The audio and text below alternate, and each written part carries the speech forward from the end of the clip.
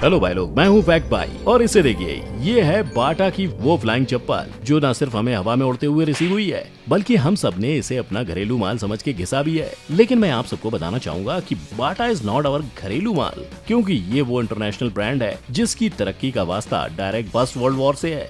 But कैसे? अब बाटा का वो वास्ता तो आपको पता चल ही जाएगा, पर उसके साथ ही एक ऐसी कंपनी के बारे में भी पता चलेगा जिसका नाम फुल ऑन देसी है, लेकिन उसका माल भाई वो फुल ऑन विदेशी है। पर फिर भी उसके सेल इंडियन मार्केट में 25 से 30% है। लेकिन मार्केट का 1/4 हिस्सा अपने नाम करने वाली ये कंपनी कौन सी है? कंपनी चाहे जो भी हो, स्टार टीवी से ज्यादा पॉपुलर तो नहीं होगी। वही स्टार टीवी जिसके इंडिया में 60 चैनल्स 8 लैंग्वेजेस में चलते हैं, बट सरप्राइजिंगली इंडियन ऑडियंस के दिल में अपनी जगह बनाने वाला स्टार जो घर घर में चलता है, उसका असली घर भी इंडिया नहीं कोई और देश है। पर कौन सा? आइए जानते हैं in our video brands that are Indian but are not. Number 1, Indian motorcycles. देसी नाम विदेशी माल। ये वो कंपनी है जिसने इंडियंस के मन में देसी बनकर घर किया हुआ है। लेकिन ताज्जुब की बात यह है कि ये कंपनी इंडियन नहीं बल्कि अमेरिकन कंपनी है, जिसका सिर्फ नाम इंडियन मोटरसाइकिल है, जिसने 1901 से जितने बाइक्स नहीं बनाए उससे ज्यादा अपने ओनरशिप बदल डाले। अगर हाल फिलहाल की बात करें तो इंडियन मोटरसाइकिल्स को ओन करने वाली कंपनी का नाम पोलरिस इंडस्ट्रीज है, जिसने 2011 में इंडियन मोटरसाइकिल्स को एक्वायर कर लिया था। और बाइक और ऑटोमोबाइल्स के फैन लोग या जिस किसी को भी गाड़ियों से अधिक प्रेम है, वो सभी जानते हैं कि इंडियन मार्केट में पोलरिस इंडस्ट्रीज को बेस्ट ऑफ रोड व्हीकल्स के लिए जाना जाता है। लेकिन इंडियन मोटरसाइकिल्स के नाम में इंडियन होने की बजाय इंडियंस का उसके लिए प्यार बिल्कुल नहीं है, क्योंकि कंपनी के इतिहास में कंपनी का और इंडियंस का कोई रिश्ता नहीं है। इनफैक्ट कंपनी के नाम में इंडियन होना महज एक इत्तेफाक है, क्योंकि कंपनी का नाम नेटिव अमेरिकन्स के नाम पर रखा गया था, जिन्हें क्रिस्टोफर कोलंबस अनजाने में इंडियंस कहकर बुलाया करते थे, क्योंकि इंडियंस ही नॉर्थ अमेरिका के फर्स्ट रेजिडेंट थे। जिसके बाद से नेटिव अमेरिकन्स को आज भी कुछ अमेरिकन्स इंडियंस ही कहकर बुलाते हैं, जबकि दुनिया भर में उन्हें उनके ट्राइब के नाम से जाना जाता है। ये सब जानने के बाद अब मुझे समझ आ रहा है कि क्यों लोग कहते हैं कि किसी के नाम पर बिल्कुल भरोसा नहीं करना चाहिए। हाँ, ये बात है कि अपने गुमराह करने वाले नाम से भी कंपनी के ग्रोथ में कोई रुकावट नहीं आई है, क्योंकि कस्टमर्स को प्रीमियम मोटरसाइकिल की रेंज देने वाले इंडियन मोटरसाइकिल की सेल में बीते 2 सालों में 25 से 30% की ग्रोथ हुई है, जिसने ऑब्वियसली कंपनी की तरक्की में 4 चांद लगाए हैं। पर इस 4 चांद का हमें क्या फायदा है कि नहीं, इसका तो पता नहीं। But Paytm, Ola, Swiggy, CRED जैसी कंपनीज में काम करके आप भी लाखों कमा सकते हो। कैसे? पता है? रीलेवल की मदद से। इस पे आपको एक ही चीज करनी है, prove your skills and get job. वो कैसे? रीलेवल पे एक टेस्ट देके, विच इज ऑनलाइन। सो घर बैठे अपने कंफर्ट में रह के डू टेस्ट। जैसे ही आप उसे क्लियर करते हो, बिना कॉलेज डिग्री, बिना एक्सपीरियंस और बिना रिज्यूमे के, आप टॉप कंपनीज जैसे कि क्रेड, पेटीएम, ओला जैसी 200+ कंपनीज में काम करने का मौका पा सकते हो। ये सुन के अगर आपको विश्वास नहीं हो रहा है तो मैं बता दूं कि रीलेवल ने 16 करोड़ रुपए के जितने जॉब अब तक लोगों को दिलाए हैं, और last month 15 lakh worth of jobs हर दिन वो लोगों को दिला रहा था। सिर्फ इतना ही नहीं, पहले रीलेवल पे क्वालिफाई करने के लिए 700 मार्क्स जरूरी थे, लेकिन अब आपको सिर्फ 500 मार्क्स हासिल करने हैं, जिसके साथ सक्सेस को सेलिब्रेट करने के लिए रीलेवल जितने कैंडिडेट्स क्वालिफाई होते हैं उन्हें गुडीज देता है, और टॉप 3 कैंडिडेट्स को एप्पल प्रोडक्ट्स। अब इतना कुछ जानने के बाद किसका वेट है बॉस? रीलेवल पे जाके अपने आप को साइन अप करो। Number 2, Hindustan Unilever. क्या आपके घर में दाग अच्छे हैं मानकर सर्फ एक्सेल का इस्तेमाल होता है? क्या आपने भी हॉर्लिक्स पीकर अपना बचपन जिया है? अगर हाँ, तो ये भी जान लो कि Horlicks, Surf Excel, Bru, coffee जैसे सभी घरेलू चीजों को बनाने वाली कंपनी हिंदुस्तान यूनिलीवर है, जिसके बस नाम में हिंदुस्तान है, जबकि असल में ये एक ब्रिटिश कंपनी है। पर विदेशी होते हुए भी इसने इंडियंस के मन में खुद को स्वदेशी बनाया कैसे? Well, the reason is Hindustan Unilever private limited का मार्केटिंग स्किल, जिसमें उसने यहाँ जगह बनाने के लिए इंडियंस की दुखती नस यानी उनके मिडिल क्लास बिहेवियर पैटर्न को टारगेट किया, क्योंकि हमारे देश में अमीर हो या गरीब, हर कोई किफायती येट क्वालिटी प्रोडक्ट में भरोसा रखता है। हालांकि इस टारगेट को पूरा करना कंपनी के लिए आसान नहीं था, क्योंकि वैसे तो हिंदुस्तान यूनिलीवर की शुरुआत 1888 में सनलाइट कपड़े धोने वाले साबुन से इंग्लैंड में ही हो गई थी, बट कंपनी इंडियन मार्केट में एक्सपेंशन चाहती थी। पर इससे पहले कि सनलाइट साबुन को लोगों की लाइमलाइट मिलती, इंडिया में 1930 के वक्त स्वदेशी मूवमेंट स्टार्ट हो गया, जिसमें सारी इंपोर्टेड चीजें बाइकआउट हो गई। इसी सब के बाद अपने सेल्स को इंडियन मार्केट में बरकरार रखने के लिए लीवर ब्रदर्स ने मुंबई के सिवरी में अपनी मैन्युफैक्चरिंग फैक्ट्री सेटअप कर दी, और तब से लेकर आज तक हिंदुस्तान यूनिलीवर लोगों के मन में अपने इंडियन होने की छाप छोड़ते हुए अलग अलग प्रोडक्ट्स के रूप में उनके घरों में मौजूद है। फिर चाहे वो चाय पत्ती हो, डोमेक्स या सनसिल्क शैम्पू हो, या फिर वाटर प्यूरिफायर और दूसरे फास्ट मूविंग कंज्यूमर गुड्स हो, शायद यही वजह है कि उसके सेल पिछले साल के कंपैरिजन में इस साल 10.25% से बढ़े हैं और कंपनी ने 13,196 करोड़ का माल सिर्फ इंडिया में ही बेचा है। Number 3, star TV.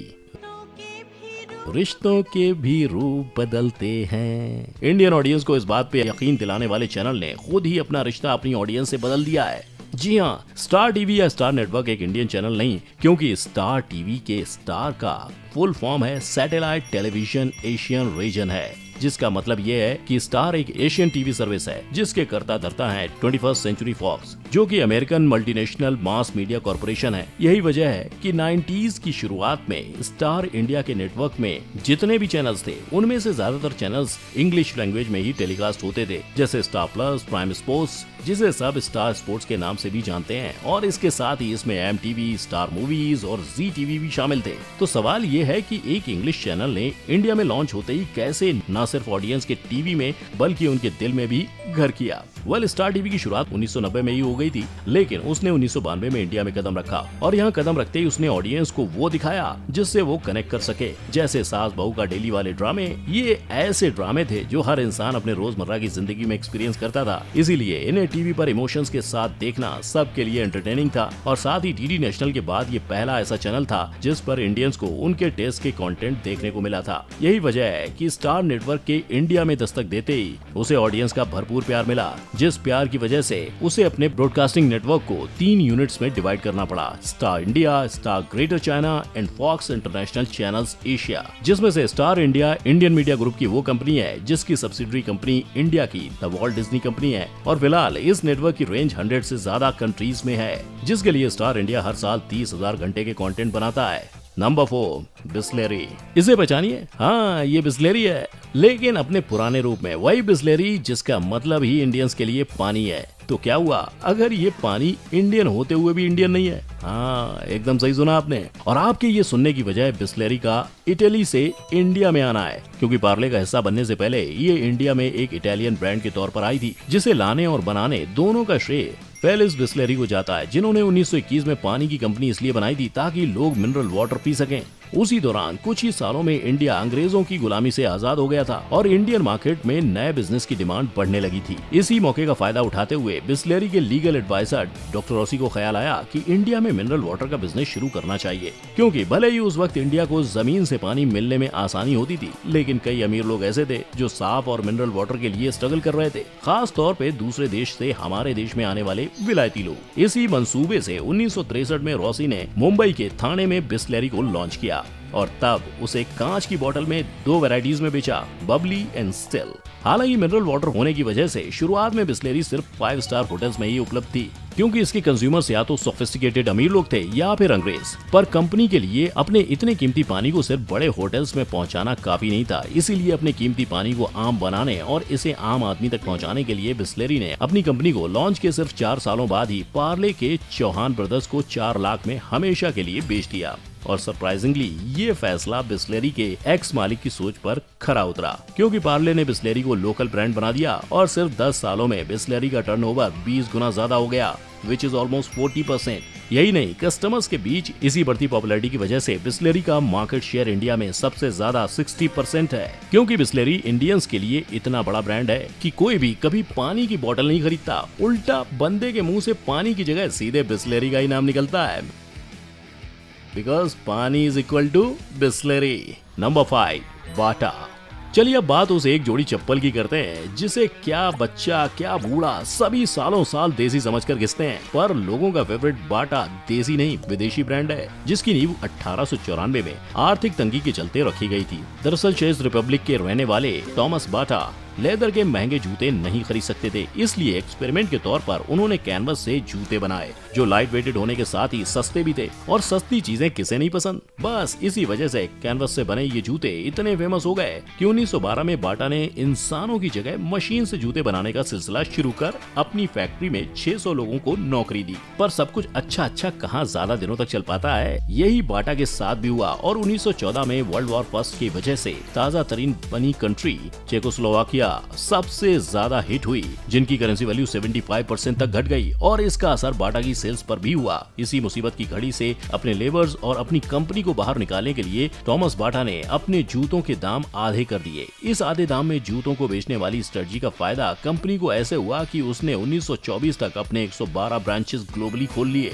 और जब अपने इसी सस्ते, सुंदर और टिकाऊ माल के साथ बाटा ने 1932 में इंडिया में दस्तक दी, तब सिर्फ 2 सालों में उसकी तरक्की इतनी ज्यादा हो गई कि उसे अपना प्रोडक्शन दोगुना कर यहाँ अपना टाउनशिप बनाना पड़ा, जिसका नाम बाटा नगर रखा गया। यही नहीं, इस कंपनी का इंडिया में मार्केट शेयर 35% है। सिर्फ 2 सालों में बाटा इतना पॉपुलर हुआ कैसे? वेल, इसकी पहली वजह तो ऑब्वियसली उनके फुटवेयर्स हैं, जो इंडियन पैरों और यहाँ के मौसम दोनों के लिए सुटेबल है, जिस वजह से इंडियन यूजर्स उसके कंफर्ट के करीब आते हैं, क्योंकि उन्हें अपने बजट में कंफर्ट मिलता है। साथ ही ब्रांड का नाम भी छोटा और आसान है, जो सबकी जुबान पर हंसते खेलते चढ़कर बोलता है, और कुछ इतना बोलता है कि लोग इस बात से अनजान हैं कि उनका ये घरेलू ब्रांड घरेलू नहीं है। सिर्फ यही ब्रांड्स नहीं, ऐसे ही एक और लिखने वाला ब्रांड भी लिस्ट में शामिल है, जिसकी हालत चाहे जितनी भी खराब हो जाए, हमने उसे हर हाल में रिफिल किया ही है। जानते हो वो ब्रांड कौन सा है?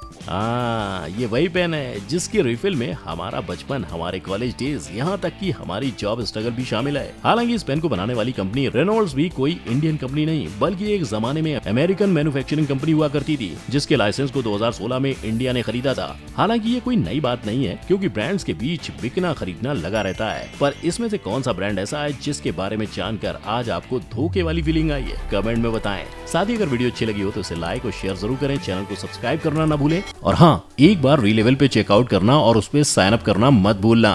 फिर मिलेंगे किसी और वीडियो के साथ, तब तक के लिए जय हिंद।